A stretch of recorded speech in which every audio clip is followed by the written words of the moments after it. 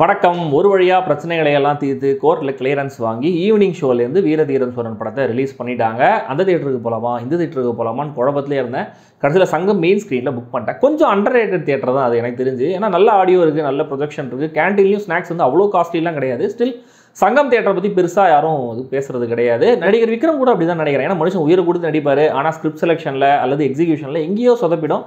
அவர் போட்ட உழைப்பெல்லாம் பெருசாக பேசப்படாமையே போயிடும். எனக்கு ரொம்ப பிடிச்ச மாஸ் படங்களில் ஒன்றான சேதுபதியுடைய டைரக்டர் அருண்குமார் சித்தா படத்துக்கு அப்புறம் விக்ரமோட சேர்ந்து பிரசன்ட் பண்ணியிருக்கிற இந்த வீர தீர சூரன் பார்ட் 2 கண்டிப்பாக நல்லா இருக்கணும் அப்படிங்கிற ரொம்ப ஆசையோடு எதிர்பார்த்து போன படம் நல்லா தான் இருந்தது. ஸோ எது நல்லா இருந்தது எது நல்லா இல்லை அப்படிங்கிறத தெரிஞ்சுக்கிறதுக்கு முன்னாடி சப்ஸ்கிரைப் பண்ணாதவங்க சப்ஸ்கிரைப் பண்ணுங்கள். வீடியோ எப்படி இருந்துங்கிறத கமெண்ட்டில் சொல்லுங்கள், லைக் பண்ணுங்கள், ஷேர் பண்ணுங்கள்.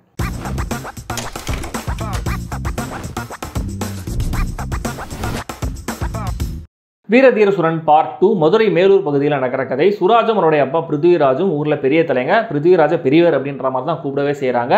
இவங்க ரெண்டு பேரும் சேர்ந்து தன்னுடைய புருஷனை என்னமோ பண்ணிட்டாங்க அப்படின்னு ஒரு லேடி அவங்க வீட்டு வாசலுக்கு வந்து சண்டை போட ஆரம்பிக்கிறாங்க. இதுதான் முதல் சீன். இங்கேருந்து டாமினோஸ் எஃபெக்ட் மாதிரி ஆர்வமாகுது படத்தோடைய கதை. அந்த லேடி காணாமல் போக அதை வச்சு இவங்களை ட்ராப் பண்ண ட்ரை பண்ணுறாரு டிஎஸ்பியான எஸ்ஜே சூர்யா. அவருக்கும் இவங்களுக்கும் ஆல்ரெடி ஏதோ ஒரு வைக்கா தகராறு இருக்கிற மாதிரி தான் தெரியுது. டிஎஸ்பி கிட்டேருந்து தப்பிக்க ஒரு காலத்தில் தங்ககிட்ட விசுவாசமாக வேலை பார்த்தா விக்ரம் கிட்ட போயிட்டு உதவி கேட்குறாரு பிருத்திவிராஜ். குடும்பம் குழந்தை நிம்மதியாக இருங்க, என்ன இதில் திரும்ப எழுகாதீங்க அப்படின்னு விக்ரம் முதல்ல வரமாட்டேன்னு தான் சொல்கிறாரு. இதுக்கப்புறம் என்ன நடந்துச்சு, ஒவ்வொரு நிமிஷமும் ஸ்டேக்ஸ் எப்படி மாறிட்டே இருந்துச்சு, விக்ரமுடைய வாழ்க்கையில் வில்லன்கள் எப்படி மாறிட்டே இருந்தாங்க, கடைசியில் என்ன ஆச்சு அப்படிங்கிறது தான் இந்த வீர தீர சூரன் பார்ட் 2. விக்ரமுக்கான டெய்லர் மேட் ரோல் இது. காட்சிகளோ வசனங்களோ கன்வே பண்ண வேண்டிய விஷயத்த ஒரு நல்ல நடிகரால் ரொம்ப குறைவான டியூரேஷன்லேயே எஃபெக்டிவாக கன்வே பண்ணிட முடியுங்கிறத ப்ரூவ் பண்ணியிருக்காரு விக்ரம். அவர் காட்டுற டெஸ்பிரேஷன், பதட்டம், பிளானிங், ஸ்மார்ட்னஸ், ஆக்ஷன், ஒரு ஹோல்சம் ஆல்ரவுண்ட் ஆக்ட் கண்டிப்பாக அவருக்கு இந்த படம் ஒரு நல்ல ஹிட்டாக அமையும் தான் நினைக்கிறேன்.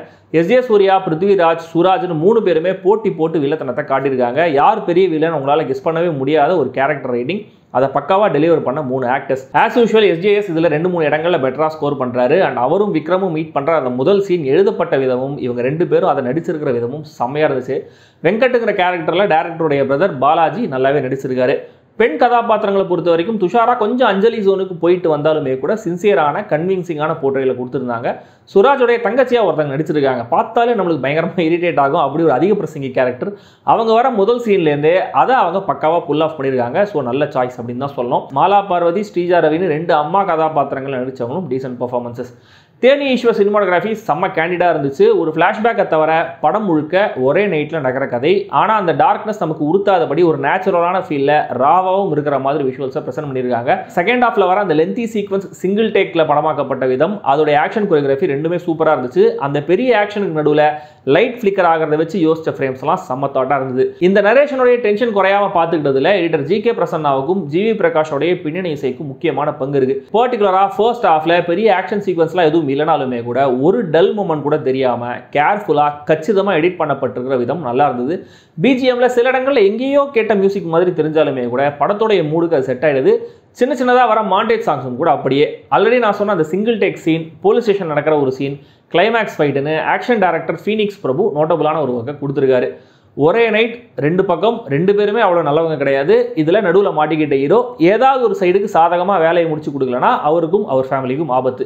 இப்படி ஒரு லைனை வச்சுக்கிட்டு ப்ரிசைஸான ஒரு ஃபர்ஸ்ட் ஹாஃப், கொஞ்சம் அப்படி சுற்றிக்கிட்டு வந்து சாட்டிஸ்ஃபைங்காக முடிகிற செகண்ட் ஹாஃப்னு ஒரு படத்தை கொடுத்துருக்காரு இயக்குனர் எஸ்.யு. அருண்குமார். கதை ஆரம்பிக்கிற முதல் சீன்லேருந்தே செயின் ரியாக்ஷனாக அடுத்தடுத்து நடக்கிற சம்பவங்கள், அடிக்கிட்டே வர ஸ்டேக்ஸ், இதில் ஹீரோ இன்வால்வ் ஆகிற விதம்னு ஃப்ரெஷ்ஷான ஒரு ஜோனில் செம்ம என்கேஜிங்காக நகருது கதை.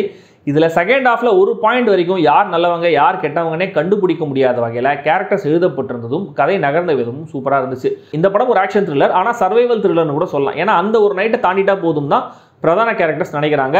ஹீரோவை சுற்றி அவருடைய கண்ட்ரோலை மீறி சரௌண்ட் ஆகிற பிரச்சனைகள், அதுலேருந்து வெளியில் வர ஒவ்வொரு செகண்டும் அவர் பிளான் பண்ணிக்கிட்டே இருக்கிற விதம்லாம் ஃபர்ஸ்ட் ஹாஃபில் ரொம்ப நல்லா ஒர்க் ஆச்சு. கண்ணி வெடி வைக்கிற சீன் ஒன்று இருக்குது படத்தில், அது படத்தோடைய பீக் மொமெண்ட்னு சொல்லலாம். வட சென்னையில் தனுஷ் தான் கிஷோரை குத்துனாருங்கிறத சமுத்திரகனி சொல்லுவாரா இல்லையா அப்படின்னு ஒரு டென்ஷன் இருக்கும் இல்லையா, அப்படியான ஒரு டென்ஷன் செகண்ட் ஹாஃபில் சில பல சீன்ஸில் செம்மையாக ஹோல்ட் ஆச்சு. திரும்ப ஃபர்ஸ்ட் ஹாஃப்னே சொல்லிட்டு இருக்கேனே, செகண்ட் ஹாஃப் எதுவுமே நல்லா இல்லையான்னு கேட்டிங்கன்னா நல்லா தான் இருக்குது. அந்த சிங்கிள் டேக் ஆக்ஷன், ஒரே மாதிரி டயலாக 2 வில்லன்களும் பேசுகிற விதம், விக்ரமுக்கான அதிரடி மாஸ் மூமெண்ட்ஸ், கிளைமேக்ஸில் செக் ஆஃப் கன் மாதிரி வர ஒரு பே ஆஃப், இதெல்லாம் பக்கா. பட் ஒரு ஃப்ளாஷ்பேக் சீக்வன்ஸ் இன்டர்வலுக்கு கொஞ்சம் முன்னாடி ஆரம்பமாகுது. அந்த ஃப்ளாஷ்பேக் சொல்லப்பட்ட விதமும் சரி, அதோடைய லென்த்தும் சரி, அவ்வளவு சிறப்பாக ஒர்க் ஆகலை. செம்ம மொமெண்டமோட போயிட்டு இருக்கிற கதையில டக்குன்னு கட் பண்ணி ஃபிளாஷ்பேக் போனதே சரியான முடிவா அப்படிங்கிறது தெரியல. அவ்வளவு நேரம் பைபாஸ் ரோட்ல வேகமா போயிட்டு இருந்த வண்டியை இவங்களே ஊருக்குள்ள சுத்திக்கிட்டு போவோன்னு வளைச்சி எடுத்து சுத்திட்டு வந்திருக்காங்க. இது கண்டிப்பா செகண்ட் ஹாஃபை பாதிக்குது. திலீப்ங்கிற கேரக்டர் யாரு, ஏன் விக்ரமுக்கு அவர் முக்கியம், விக்ரம் ஏன் இவ்வளவு விசுவாசியா இருக்காருன்னு எதுவுமே நம்மளுக்கு சரியா சொல்லப்படல. கமர்ஷியல் படத்துல சிலதெல்லாம் நம்மளே நினைச்சிக்க வேண்டியதான் அப்படிங்கிற ஒரு லாஜிக்ல கடந்து வர வேண்டியதா இருக்கு. ஆல்ரெடி இந்த படத்துக்கு பார்ட் 2ன்னு பேர் வச்சதுனால இந்த ஃபிளாஷ்பேக் இல்லாமையே கூட இந்த கதை ஒர்க் ஆயிருக்கும் அப்படிங்கிற மாதிரி தான் தோணுச்சு. இல்லைனா டேரக்டர் ஆடியன்ஸ் கிட்ட கொஞ்சம் அதிகபட்சமாக எதிர்பார்க்குறாரோ அப்படிங்கிற மாதிரி கூட தோணுது. கொஞ்சம் அவங்களே புரிஞ்சுப்பாங்க, நம்ம லைட்டாக அப்படி ஹிண்ட் பண்ணால் போதும்னு.